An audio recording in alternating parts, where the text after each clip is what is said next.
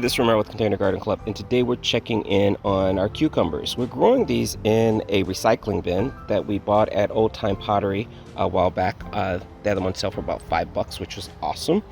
And I just wanted to bring to your attention different types of containers that you can use. So this is just one, but if you've got kind of plastic bins in your area at a discount mall or thrift shop or whatever you might have in your area, these make really good vessels for growing cucumbers. So this one is about 24 by 14 by 14, so pretty decent size.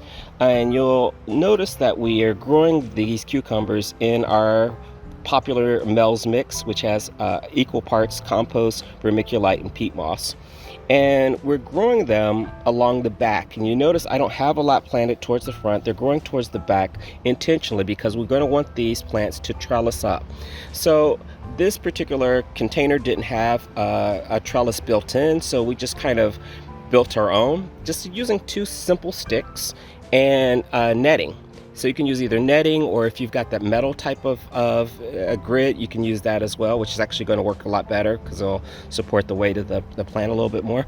But you can do simple things like that, and then as this plant grows, it'll begin to trellis up, and you'll start getting your cucumbers hanging down. They won't be in the dirt. It's a really nice way to save space, but also to really kind of take care of your plants as they begin to grow and develop.